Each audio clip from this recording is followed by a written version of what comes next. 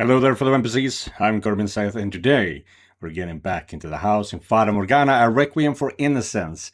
And shit is going south very quickly here right now, because as we can see here in the screen, the Far Eastern man finally arrived at the mansion, which is to say that he's bringing Morgana in a burlap sack, essentially. I believe that's how it went down. So yeah, without an arm on top of that. So yeah, Morgana is now suffering tremendously. And we're going to see how she blames Jacopo, the Lord, Jean-Pierre Barny. Jean-Pierre Barny, I think that was his name. Either way, him for once again taking her as his slave. Yeah. Sucks to be Morgana, but we knew that. So yeah, with that said, let's go. Several days later than originally planned, the Far Eastern man finally arrived at the mansion. I had arranged to meet with him on the uppermost level of the observation tower on the church grounds. Yeah, back here we are. Fucking impossible to climb. If you're dying, or if you're dead.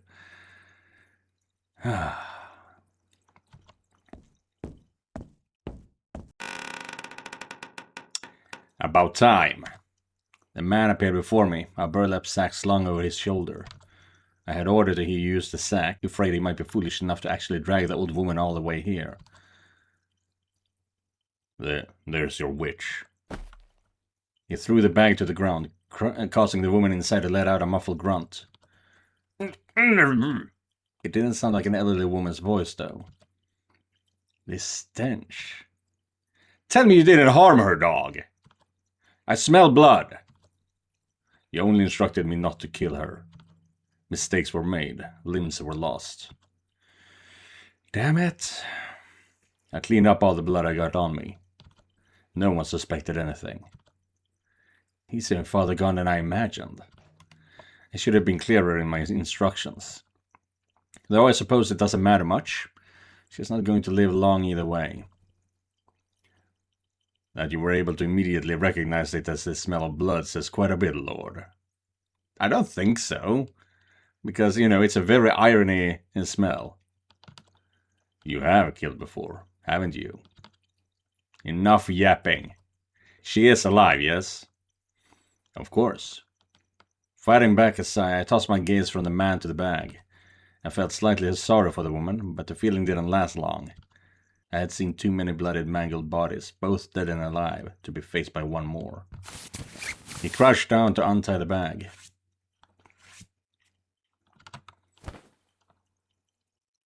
And a young girl came tumbling free.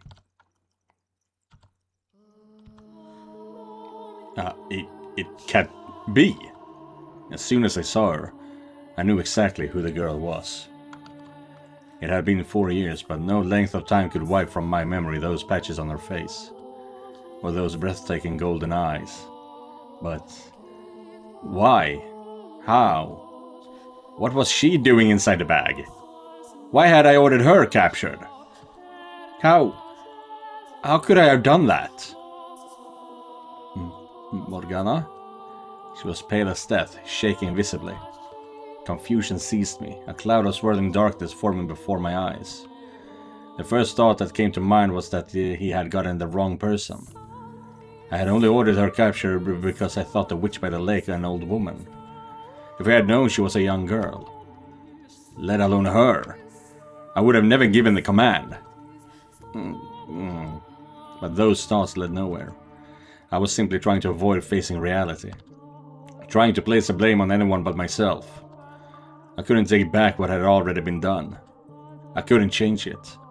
There she was, the girl who had once won my affection, lying in a ball on the cold stone with an arm missing. It didn't matter how we had gotten here, or what I felt about her. There was no fixing what I had done. She looked up at me, at the source of the muttering above her. Her eyes were open almost frighteningly wide. And they wandered aimlessly, unfocused to the point I wasn't sure if she was seeing anything at all. I felt a tinge of madness in her. Is that you? The words spilled from her lips, so softly they barely reached my ears. Hardly a trace of the beautiful singing voice from my memory remained. It was a hoarse and raspy, every sound seemingly laced with an unfathomably deep, pitch-black hatred for all existence. You remember me? Would she even be able to recognize me anymore? How could I ever forget?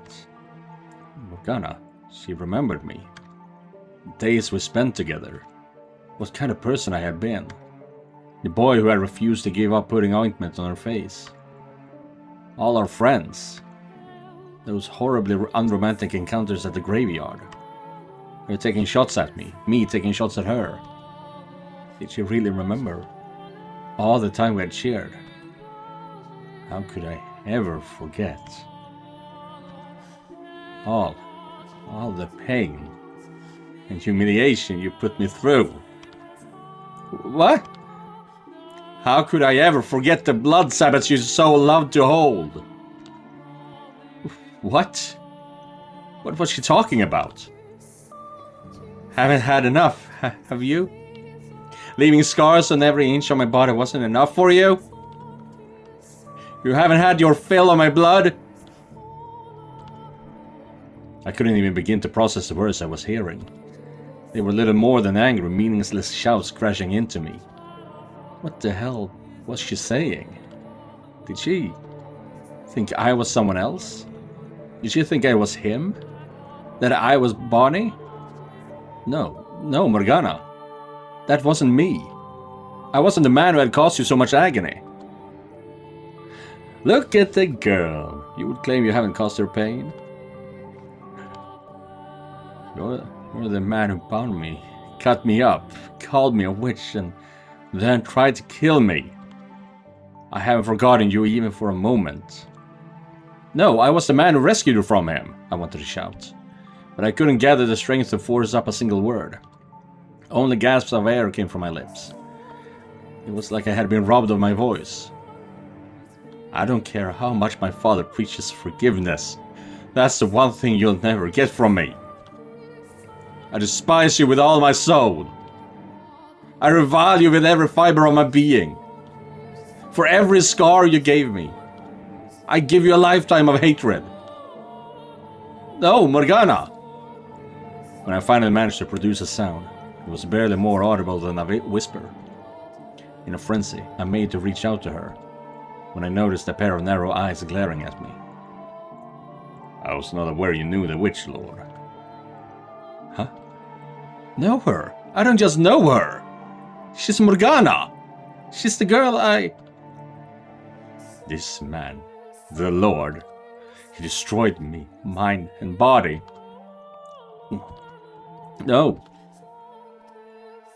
She is not wrong. That was another man. You have become that man to her. I am not Bonnie. Do you hear yourself, boy? You're the rightful heir to the Bonnie name, are you not? That's what you said when you stole the throne from me. This man ruined my life. How will you respond, boy? Will you say it wasn't you? Can you say it wasn't you? How will you convince her? She's clearly not in her right mind. Would she even understand it if you revealed the truth? Can you do that, knowing it won't make it through to her? Will you tell her you're nothing more than a slum rat, a usurper? That you deceived your way into power? That everything you built up over these years was all a lie?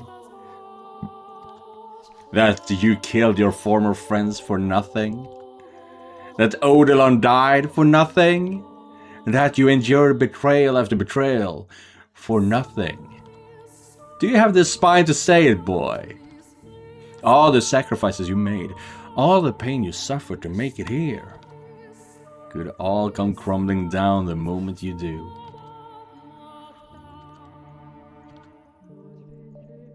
What will it be, false lord? Is the girl worth it? Is sharing the truth with his half-dead girl on the brink of madness, worth losing everything you worked so hard to accomplish? Make your choice. What's the matter, Lord? Yes, I know her. Or, I knew her years ago. I see. What do you want to do then, Lord? You look sick. What do I want to do? Obviously. Why on earth? This doesn't change anything. We lock the witch up and proceed as planned. Did I make this choice? Congratulations, boy. Thus concludes your inheritance of the name Lord Barney. Damn it. 4 years earlier. And I accidentally pressed enter there. It wasn't until I lost everything that I truly understood just how blessed I had been. How much my time with them had allayed my wounded spirit. Oh, is this Morgana? Yeah, during the raid. And how hard they had worked to mold me into an ordinary girl. But that was all gone now. I may not have said much. May not have said as much, but I liked it there. I was quite fond of the tranquility. I didn't want to lose it. I wanted to be happy as much as anyone else.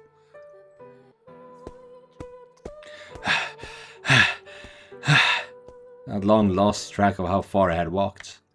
My legs were stiff and my knees didn't want to bend anymore. It took all my effort to remain upright, and I wasn't certain I would never get back up if I did fall down. I still couldn't wrap my mind around what had happened. It was all so sudden, all so horribly senseless. It was so mind-bogglingly horrendous. Part of me refused to believe it was anything more than a bad dream. And that was what kept me walking. Because if I did accept it as reality, I would lose what remained of my will to live. It was supposed to be a party. The girls got together to celebrate my birthday, making food and treats that, while hardly extravagant, were still a significant improvement over what we usually had. Everyone was laughing. Part of me was irritated by the whole affair, as I had never been comfortable in such lively environments. They were celebrating me, my birthday. I should have been overjoyed. Maybe this was my punishment for being so unappreciative. As soon as I stepped out, bandits raided the brothel. Had I stayed there for but a few minutes longer, things likely would have turned out quite differently. Whether for better or worse, I couldn't begin to guess, but at the very least I probably wouldn't be here, alone. I could have gone with them, to the next life. During the raid, a man grabbed me, and I lost consciousness almost immediately after. When I awoke, I was in a foul-smelling carriage. People were packed into the carriage like livestock. There were dozens of them, every inch of usable space filled with a body. Looking out across the cramped space, I knew instinctively I was on my way to becoming a slave. Once, I had been sold off as a saint, a highly valuable commodity. But this time around, I was cheap, expendable labor. I was filled with an overwhelming emptiness as the realization struck. Something resembling sorrow wavered about in the void as well. But it wasn't a sadness for my own predicament. It broke my heart knowing I would never see them again. That everyone I had to thank for all those warm, peaceful days had either been killed or sold off. In time, the sadness swelled to form tears in my eyes. My whole life I had managed to endure without crying. And the first time I did, I shed tears for someone else. The man sitting next to me asked, "Why are you crying?" To which I answered, "I'm sad because I didn't get the chance to show my gratitude to people very dear to me." But if that had been the end of our conversation, I wouldn't be here, hobbling down this endless road alone. I wouldn't be covered in so much blood. Sometime after I had responded, the man suddenly stood up and murdered the guards and slave traders. At first, the other slaves thought they were saved, and for a moment, I believed so too. He was a very curious-looking man. his eyes smaller and narrower than ours, his nose a different shape. I had never seen anyone who looked like him before. All I knew was that the man wasn't from around here. The man, wielding a sword stolen from a guard, searched through the slave trader's clothes for the keys to our shackles, which he gave to me and made me free his hands, before proceeding to kill the slaves. I stood aghast at the massacre unfolded before me. Blood pooled at my feet, severed limbs were strewn about the carriage. Bodies piled up haphazardly, many having only had enough time for their eyes to go wide in shock before being cut down. Men, women, children, everyone equals at the end of his blade. The strange-looking man laughed as he slaughtered the slaves. He laughed and he laughed, like he was having the time of his life. And when he was done, he stepped out of the carriage and wandered off, leaving me alone, the sole survivor. I had witnessed so much death in so short a time. Cruel, meaningless violence. Its victims powerless to resist. And here I stood among the bodies, left alive. For some inexplicable reason, left alive. The screams, the despair, the pleas, the death, the laughter, all reverberating inside my head.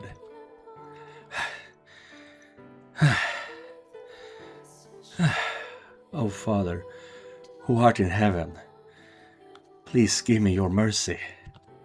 I cannot take it anymore. I pray, free me from this pain. My spirit was about at its breaking point. I was certain that I too would sink into the bottomless abyss, if I kept all those emotions inside me much longer. Okay. I walked and walked and walked and walked. No food, no water, my exhaustion at its peak, my mind in a complete haze. When, off in the distance, I caught sight of a lake. So thirsty. Water. I began hobbling in the general direction of the lake, not caring that it took me off the main road. Bandits could have assailed me. Wild animals made me their prey. None of that mattered to me anymore. At least then I wouldn't have to walk anymore. But for better or worse, I made it to the lake unmolested. The water was clear as crystal and seemed to sparkle like one as well. As soon as it was within reach, I dropped to my knees and drank, my thirst seemingly insatiable. The blood covering me had dried several days earlier, but its bitter stench lingered. So after a brief glance about my surroundings, I washed myself. The chill of the midwinter lake water and an occasional gust of wind pierced me to my very bones. No one in their right mind would bathe in this weather. But common sense and the shattering of my teeth didn't stop me. I wanted only to be clean again, and the frigid water felt like it would strip everything away, leaving my body and spirit new and unsullied.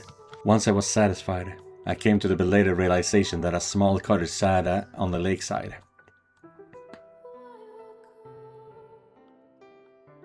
There's smoke coming from the chimney.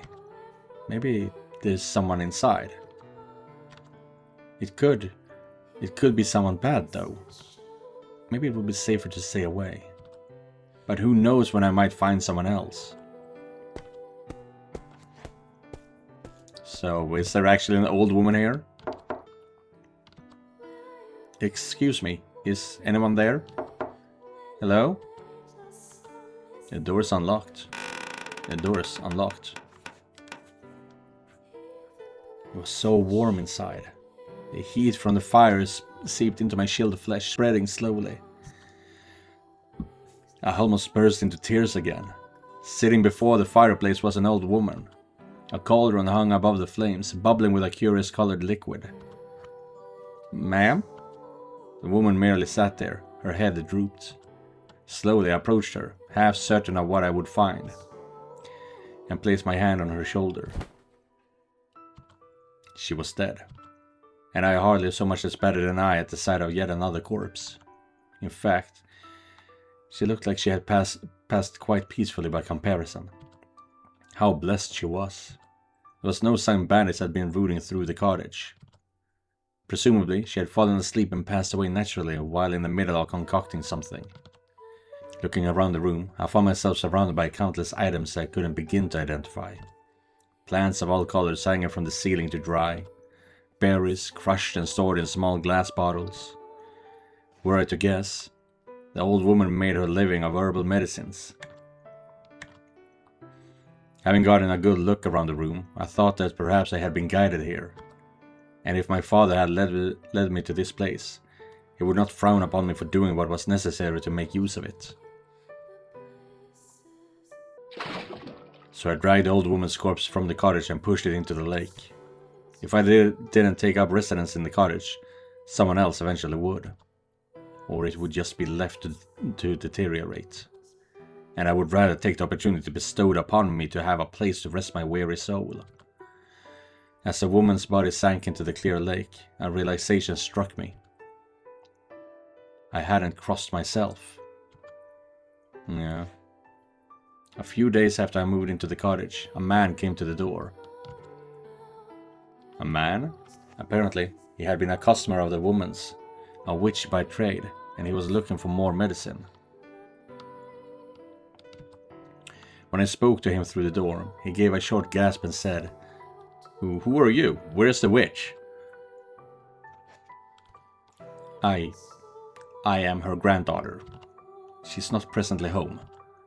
Huh, never knew the old lady had kids. So when she's gonna be back? Not for some time. Well, damn. You know much about herbs, girl? What? As long as I can get my medicine, I don't really care who supplies it. You, her, doesn't matter. I'll still pay. One moment, please. My knowledge of herbology was essentially non-existent. But if there was a possibility I could make a living of it, there was no reason for me not to try. I mean, I completely understand her, why she is doing all this, but it is also curious how quickly, how much her coin flipped, essentially. Instead of burying the old woman, she just dumped her in the river. Taking residence in the cottage, that is completely fine. I do not see any issue with that.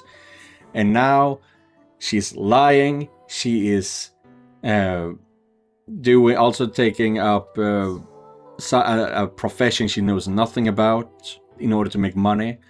She strayed far from being the saint in just a matter of, well, I guess days, essentially. It's very sad. I mean, as I said, I understand it, but it is a very big change. I asked the man to give me as much information about the herbs he had been receiving. Color, texture, smell, anything. And rummaged about until I found something that fit the description. The entire exchange occurred through the barely cracked door. The man paid me as promised, but I quickly realized that money wasn't of much use to me, as I had no intention of returning to the city. So I told him that, in the future, I would trade for supplies, which he happily agreed to. A few days later, another man called upon the cottage. But unlike the first man, he sounded crude and uncivilized. I didn't want to cut off a potential source of supplies though, so I handed him the medicine he requested. But when I did, he let out a low snicker and said, "What do you say I'll look after you, girlie?" He then shoved his hand in through the crack in the door and grabbed my wrist. "You ain't fooling me. The hag's dead and it's just you, ain't it? Little girl like you needs someone to look after her. Make sure no bad man threaten you." Every word that came from his mouth oozed with sleaze. I knew what would happen if I got the door open. "Let go!" "Whoa!" I yanked my arm back with all my strength, slammed the door shut and set the bar. But even that wasn't enough to quell my uneasiness, so I put a chair against it as well. The man pounded on the door, each slam of his fist causing the whole room to vibrate. "Overreact much, huh, girlie? Come on, open up! I still ain't paid you yet. I brought something real nice too. Open up, I want you to have it." I don't need your payment. I am never doing business with you again, so please get off my property. Wanna say that again? You got a lot of nerve, yeah, you little bitch. Open the damn door. You don't want to know what'll happen if you don't. You got more for sale than just bags of leaves, don't you? Open the fucking door! Just stay quiet, Morgana. The best way to handle people like him is to just not respond. Good for nothing, yeah. One day you'll learn your lesson. This will eat a little girl like you right up. After giving the door one final parting kick, the man stormed off, loudly grumbling about how stupid and ungrateful I was for all the while. I didn't deserve a word of his cursing, but at the same time, I couldn't bring myself to be upset about it. He was right. The world would not be kind to a young girl living on her own. Not so long as men like him roamed free. I paced before the fireplace, my mind racing. I can't be sure if I'm safe anywhere. Not even here. But going back to the city isn't an option. Not while the Lord lives to keep throwing his blood sabbats. Everyone who might have protected me is gone. I have to make it on my own now. I'll have to be very careful about opening the door. I could be attacked again. Or worse. I mean, most men would probably run as soon as they saw my face. But most doesn't mean all. There's some out there who will go after anyone. I can't let my guard down while I'm doing business. Not even for a second.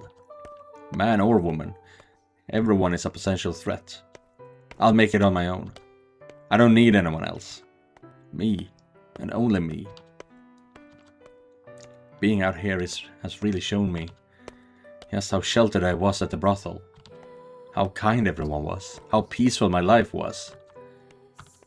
I just want to go back. No. Stop it, Morgana. You're stronger than that. I put enough wood on the fire for it to last the whole night, then curled up into a ball and slept beside it. For the first time in my life, solitude frightened me.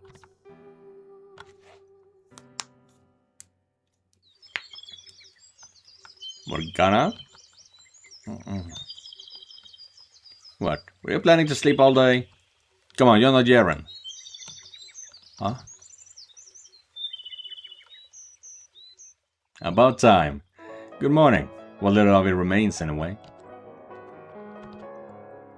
What's with that look? Still waking up? What are you doing here? Excuse me? Why would I not be here? That doesn't answer my question. How did you even... A little bird told me where to find you. So, you survived. Do I look dead to you? No, but still, I thought you were killed during the raid. I may not be as good with a sword as someone, but you know I'm no pushover. I wasn't going to let a bunch of bandits get the best of me. What? Were you worried? Seriously, and here I thought all you knew was how to damn me to hell the fires of hell. Was I worried? Of course I was, you oblivious dolt! I never actually meant it when I said you should be cast into hell. Of course I wanted to see you alive. Of course it would hurt me to lose you. I'm sorry, that was callous of me. I was afraid I would never see you again. I thought I had lost everything, everyone. I was scared to death. Whoa, no need to cry. You're tougher than that. I'm not crying. If you say so. And what do you mean I'm tougher than that? What do you think I am, made of stone? First you try to pretend I'm a normal girl, and now you act like I'm some kind of heartless creature. Make up your mind already. I'm sorry, really. You're a perfectly ordinary girl, Morgana. Can you say that looking at my face? I'm looking at it right now. Even though I'm a mean-spirited, bitter little girl. Even though you're a mean-spirited, bitter little girl. Though it is nice that you acknowledge it. Oh, burn in hell! This is how it was supposed to go, damn it. Say, I want to ask you something. And I want you to not call me weak for it this time. Let's hear it. Will you stay with me? I don't want to be alone anymore. It terrifies me. Yeah, absolutely. I'll stay right here. Forever. You know you won't be able to accomplish your dreams out here, right? And you're fine with that. You bet. You told me to stay. And stay I will. We live right on a lake, and there's some mountains nearby. All things considered, it's not a bad location. We can plant some crops, go fishing in the lake, sprawl out on the grass under the starry sky. Sounds like a pretty good life to me. And maybe, sometime you could sing a little song. And I'll sit there, listening quietly. Or if you want some accompaniment, I can produce some instruments. That sounds as nice to you as it does to me. Nothing? Seriously? What else could you want? How about... No. That's more than enough. Yes, if I could have a life like that, it will have made every misfortune in my life worth suffering. And she didn't even get that.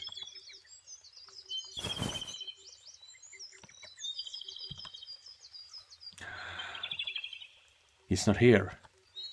It was a dream. What else could it have been?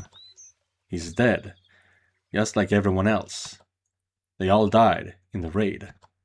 And even if he was alive, he wouldn't come looking for me. What a childish dream. Fight it, Morgana. You cannot cry over a simple dream. You are the daughter of God. Your tears are only to be shed for others, not yourself. Yeah. And she's crying, she's screaming. Ah! I pounded my fist against the floor again and again and again, sobbing like a petulant child. I had never cried like this before. Not as I witnessed men, women and children being slaughtered. Not when I was taken from my home. Not when I was chained up and tortured by the Lord. It wasn't until I realized just how much I needed that warmth. And that I would never have it again. That my spirit hit rock bottom. Finding and then losing happiness hurt worse than anything else. I wish I had never known happiness. I wish no one had ever shown me kindness. Not if it means I have to go through this. I wish I had never known what it was like to be normal. I could have just stayed the daughter of God my whole life. Then I wouldn't be feeling it like this.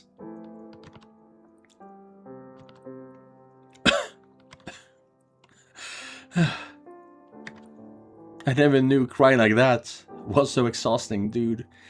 I fucking know that. When I played the original game, you might have remembered that I was crying like a little baby, honestly. During the so romantic moments. And it was exhausting. My throat is hurting right now. Because of the amount of emotion this is bringing forth, you know. And I never want to experience it again. I want to go back to who I used to be. A saint. If I didn't know happiness, I wouldn't have to feel like this. I just have to forget it all. That part of my life, it never happened. No peace, no rest, only trials from my father. That is all I have ever known. It's not hard. Just don't think about those years. Then you won't have to cry like this ever again. It's for the best. It's my only choice. See? I was always right. I never was and never will be normal. The only one who will offer me salvation are God or one of his angels. And so I did precisely that. I led a solitary life. I did all my business hidden behind the cottage door. And I sent away anyone who wasn't here for medicine. Once, a mounted man in armor rode up to the cottage. He looked like a knight, but I had no interest in getting involved with anyone who went around carrying weapons. Shit. That was the man Jacopo sent out. I was responsible for my own safety, so I had to be careful about who I opened my door to. I had to be extra careful about who I dealt with. But I didn't feel sad or lonely about it. By making that my normal, there was nothing to lament. Which meant old memories served no purpose but to cause me pain. So I endeavored to push them far, far away into the depths of my mind. I couldn't simply discard my memories of what the Lord had done to me, of course, or all of the wonderful people I had met at the brothel. But as time tracked on, they faded into almost nothing. I couldn't describe what any one person's voice sounded like, how they acted around me, what kind of person they were, the things we did together, what they looked like, what their name was, anything of importance. I knew good and well it was callous to forget about all the people who had shown me so much kindness and warmth. But I would never see them again, and thinking about them only brought me pain, so there was no point in remembering. It was all I could do to make it by.